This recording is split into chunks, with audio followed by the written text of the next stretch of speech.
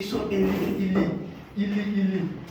s'est approché du gars, il dit que mais est-ce que le livre que tu lis là, est-ce que tu peux me donner? Comme il a décidé de faire la même chose que les meilleurs font, il a commencé à comprendre que les meilleurs ont un plan d'action. Les meilleurs ont une manière de faire, ils ne viennent pas au aveuglement comme ça. Les grands leaders. Il a commencé à suivre un peu, il dit que non. Du genre, quand j'ai compris ça, il dit qu'un idiot qui a un plan, il peut battre même un génie qui sort le matin sans plan. Et c'est là maintenant, on va passer maintenant aux choses concrètes. On va poser des questions concrètes maintenant.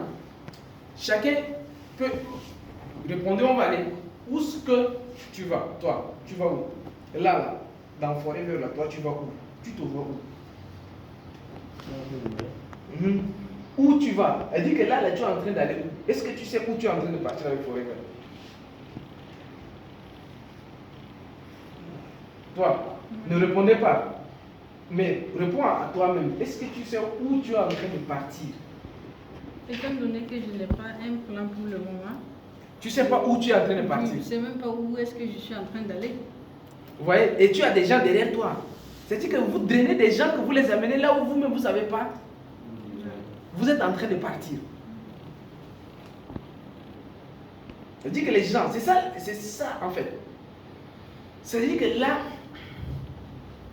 toi tu sais là où tu es en train de partir. Elle dit que c'est quelque chose qui est très fondamental. Comment moi j'arrive à drainer des personnes, à les vendre un rêve? Parce que le rêve, les gens ils vivent de ça. C'est-à-dire que c'est vous qui donnez le rêve aux gens. Vous pouvez même avoir 500 leaders derrière vous. Mais c'est vous qui leur donnez le rêve. Même si vous voyez qu'il y a des gens qui peuvent être dans des entreprises où ça ne marche pas, mais ils sont là-bas. Ça ne marche pas, mais les gars, ils sont là-bas. C'est parce que le leader sait les vendre un rêve. Le leader dit que non, tu sais, on doit faire ceci. Elle dit qu'il y a un rêve qui est là. Et le rêve, il faut que ça soit sur au moins 5 ans. Il faut les amener sur un rêve de 5 ans. C'est pour cela dans l'armée. Qui a fait l'armée ici? Moi je suis tchadien donc, mais je connais un peu. C'est un métier pour tout le monde. Même les civils, ils ont une carte militaire. je comprends un peu dans l'armée et je suis un peu les formations militaires. Comment on les forme ici?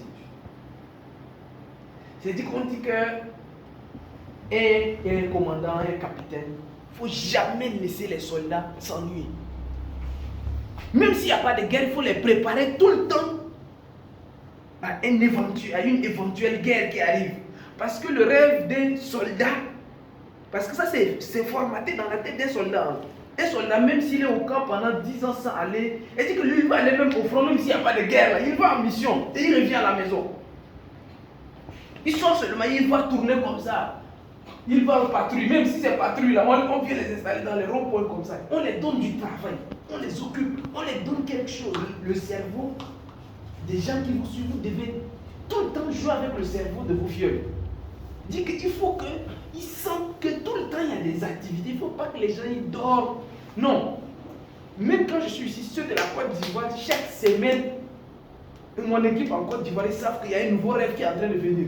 Je dis, bon, les gars, actuellement là, il faut on doit acheter 20 nouvelles voitures d'ici la fin de l'année. Même, dit qu'il y a un rêve toujours qui fait en sorte que les gars eux-mêmes, ils ne peuvent pas dormir. Et si vous-même, vous ne savez pas où vous partez, c'est-à-dire que vous-même, vous n'avez pas ces rêves sur 5 ans. Mon équipe centrale de Dakar, j'ai dit que nous, vivre les péchés en Afrique, on doit être au minimum dans 10 pays d'ici 2025. Et les gars sont en train de travailler sur ça. Parce que vous avez le rêve. Vous savez juste où vous partez. Et ceux-là, ils vont vous suivre dans ce que vous partez. Je dis que bon, vous, mon équipe, moi je suis allé à Dubaï. Mais c'est la première étape. D'ici 1 an, tout le monde doit aller à Dubaï. Donc, vous réunissez vos meilleurs fiers là. Une vingtaine, une cinquantaine. Vous insufflez le rêve de 6 mois ou bien de 1 an là. Ok, on va à Dubaï. Dans 1 an, préparez-vous. Donc dans 1 an, pour aller à Dubaï, voici le nombre de points que tu dois faire. Du genre, il y a déjà un rêve. Il faut donner du rêve, il faut donner une destination à ceux qui vous suivent. Je ne sais pas s'il y a des leaders qui ne donnent pas de destination à ceux qui les suivent. C'est la plus grosse erreur. Dans tous les domaines. En politique, les gars, ils savent bien qu'ils ne vont jamais prendre le pouvoir.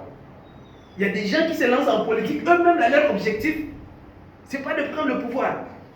Mais ils vont dire que non, quand on va prendre le pouvoir, le gars, il vient de créer son parti politique. Il n'y a même pas 1000 militants derrière lui. Mais il dit que quand on va prendre le pouvoir, on va changer ici, là.